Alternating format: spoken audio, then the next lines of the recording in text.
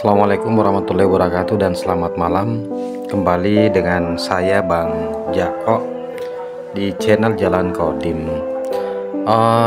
Ada yang bertanya ya ketika saya membahas tentang akhirat itu adalah saat ini adalah dimana saya mengatakan bahwa kehidupan kita saat ini itu adalah akhirat dari kehidupan kita sebelumnya.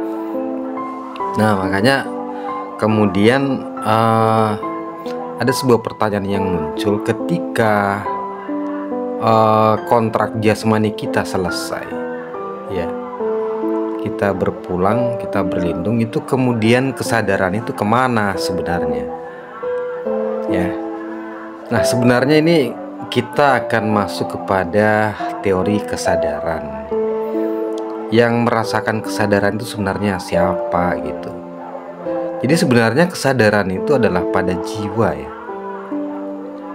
Di beberapa pembahasan saya sebelumnya sempat saya mengurai bahwa jiwa itu antara badan jasmani kita dengan rohani kita gitu.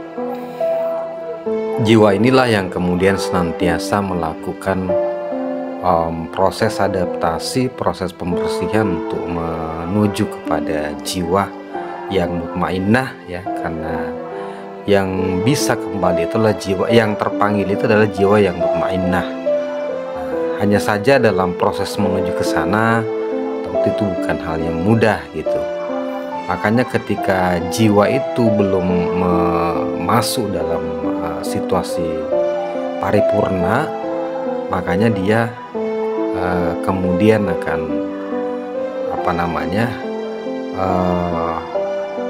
berada di sebuah alam yang mengambang ya, sambil kemudian menunggu untuk kembali kepada wujud dunia ini untuk menyelesaikan karmanya atau menyelesaikan catatan lahul mahfuznya. Nah, kembali pada teori kesadaran tadi ya, pertanyaan jelasnya seperti ini, bahwa kesadaran itu kemana ketika kontrak jasmani itu berakhir atau mati gitu.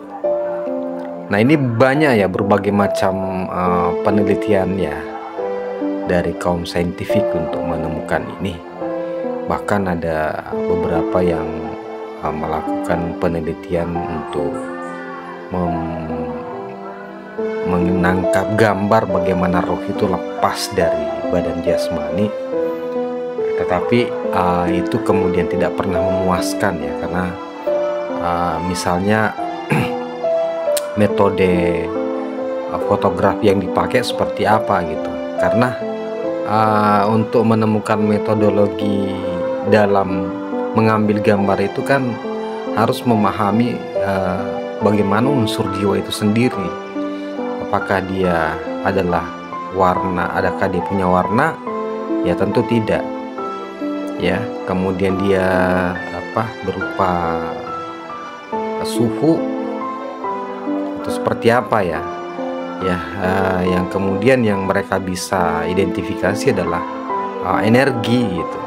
Nah, cuma kemudian ini pun mengalami sebuah kelemahan-kelemahan yang tidak bisa dijawab gitu.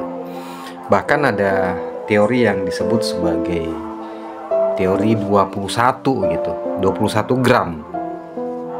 Karena dia mencoba untuk menemukan jawaban ruh itu dengan cara melakukan penimbangan ya, antara setelah jasad itu ditinggalkan ruh dengan sebelumnya gitu. Jadi dia berasumsi bahwa jiwa yang keluar dari badan kasar itu memiliki massa gitu. Makanya mereka melakukan pengukuran dan mereka menemukan angka 21 itu. Hanya saja kemudian ketika percobaan dilakukan pada binatang ya, ternyata itu tidak ada anomali di situ. Nah, jadi berbagai macam hal ya cara untuk menemukan atau menjawab kemana kesadaran itu setelah badan jasad itu kontraknya berakhir gitu dengan jiwa. Nah, di sekitar tahun 1984 itu sebuah universitas di Amerika Serikat mengeluarkan sebuah pengumuman atau sebuah penemuan bahwa ternyata di otak itu ada yang disebut dengan struktur mikrotubulus gitu. Nah, di mana struktur mikrotubulus ini itu adalah sebuah dia berada dalam posisi kuantum gitu ya. Dia berada dalam posisi kuantum dalam artian bahwa ternyata kesadaran itu dia memiliki sebuah hubungan dengan partikel yang lain yang berada di semesta gitu. Nah, sebenarnya asumsi ini didasari pada teori mekanika kuantum yang disebut dengan teori superposisi, di mana teori ini mengatakan bahwa sebuah partikel bisa berada dalam dua tempat yang berbeda. Nah, dengan asumsi teori itulah dia menyimpulkan bahwa kesadaran itu bisa berada atau melekat pada struktur mikrotubulus tadi, tetapi di satu sisi juga berada di suatu sudut di alam semesta. Jadi ketika kontrak jasmani kita berakhir ya, atau mengalami kematian, itu kesadaran itu pun akan menuju kepada partikel yang menjadi kembaran dari teori superposisi tadi gitu ya. Jadi mengacu kepada teori itu bahwa ya kesadaran itu adalah sebuah partikel yang bisa berada pada posisi yang berbeda gitu dalam satu waktu yang bersamaan. Jadi sebenarnya kesadaran kita ini adalah sesuatu yang terhubung dengan partikel yang berada di tempat yang berbeda gitu. Yang satu melekat di yang satu melekat di neuron otak tadi yang disebut sebagai mikrotubulus itu, dan yang satunya lagi ada di sudut alam semesta yang tidak diketahui gitu. Jadi ketika kematian itu kemudian mendatangi, maka kesadaran itu akan berusaha untuk kembali kepada sumbernya tadi. Nah, ini kan sama sebenarnya dengan teori-teori spiritualis ya, yang mengatakan bahwa sebenarnya ketika kematian datang, maka kesadaran itu kemudian akan kembali ke asalnya atau ruh itu. Nah cuman kemudian mengacu kepada teori ini tentu karena teori superposisi itu kan mensyaratkan adanya kesamaan energi, adanya kesamaan frekuensi gitu. Jadi tidak serta-merta kemudian kesadaran ini akan kembali atau jiwa ini kembali kepada sumbernya tadi, tetapi dia harus menemukan frekuensinya. Nah, ketika kemudian jiwa ini ya yang keluar dari badan kasar itu tertutupi dengan selubung-selubung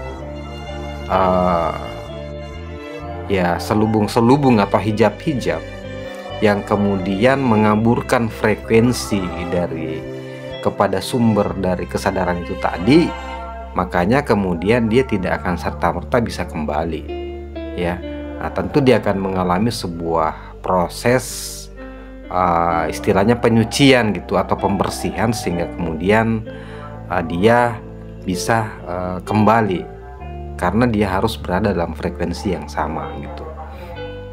Sebenarnya teori ini pun kemudian bisa menjawab atau bisa menjelaskan kenapa untuk kembali kepada sumber kesadaran itu membutuhkan sebuah yang namanya penghubung yang memiliki frekuensi yang sama dengan frekuensi asal Nah itu. Jadi di uraian-uraian sebelumnya saya banyak membahas bahwa ketika kita mau masuk ke alam kodim, itu kita membutuhkan yang namanya guru pembimbing rohani. Karena guru pembimbing rohani inilah yang memiliki frekuensi yang sama dengan Sang Maha Rohani, sehingga kemudian kita pun harus menautkan rohani kita ke guru rohani tersebut, sehingga itulah yang kemudian akan mengantarkan kesadaran kita, ya, atau jiwa kita kepada Sang Maha Rohani. Ya, jadi mengacu kepada teori tersebut, sebenarnya itu sangat sangat berkorelasi dengan pembahasan kita tentang bagaimana menembus dimensi kodim itu, dimensi akhirat. Oke, bersama saya Bang Jako di channel Jalan Kodim. Assalamualaikum warahmatullahi wabarakatuh.